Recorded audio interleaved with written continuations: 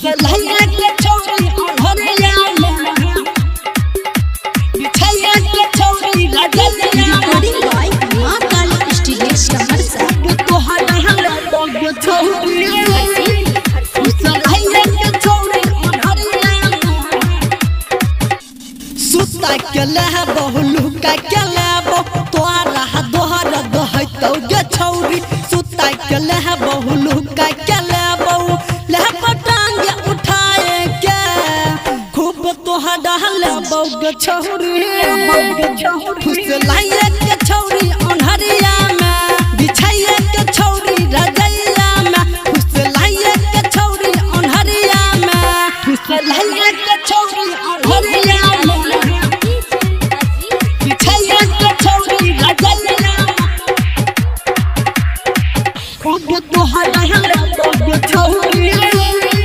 फुसलाइए के छोरी अनहरिया जब घुसैबो मटका के फोफी करभी तू नाई गे नाई मारबो गे जोर झटका बेजोर करभी तू दाई गे दाई चुप ना छोरी छोरी जब घुसैबो मटका के फोफी करभी तू नाई गे नाई मारबो गे जोर झटका बेजोर करभी तू दाई गे दाई तोहर चौड़ा छेदा गे छौरी धीरे धीरे जाए लदाई तोहर चौड़ा छेदा गे छौरी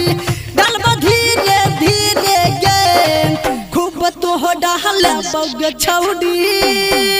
फुसलाए के छौरी अनहरिया में बिछाए के छौरी रजैया में फुसलाए के छौरी अनहरिया में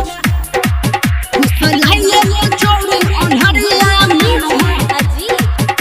बिछाइए के छौरी रजलिया में रिकॉर्डिंग बाय मां काली स्टूडियो सहरसा। तोहरा लहबो गे छौरी फुसलाइए के छौरी अनहरिया में एक हाथ से चोली खोलबो दूसरा हाथ से मलबो गोला मह जाके केला खिलाइबो अइहे छौरी अकेला हे गे छौरी सुन ना एक हाथ से चोली खोलबो दूसरा हाथ से मलबो गोला मह जाके केला खिलाइबो अइहे छौरी अकेला चमकीला संगीत के संग में आबे के हे गे छौरी सुन ना राइटर बबलू संग में आबे के खूब बली है माजा गे खूब तोहरा लहबो गे छौरी फुसलाए के छौरी अनहरिया में बिछाए के छौरी रजैया में फुसलाए के छौरी अनहरिया में सुता के लहबो लुका के लहबो तोहरा दोहर दोहतो गे छौरी सुता के लहबो लुका के लहबो लहबो टांग उठाए के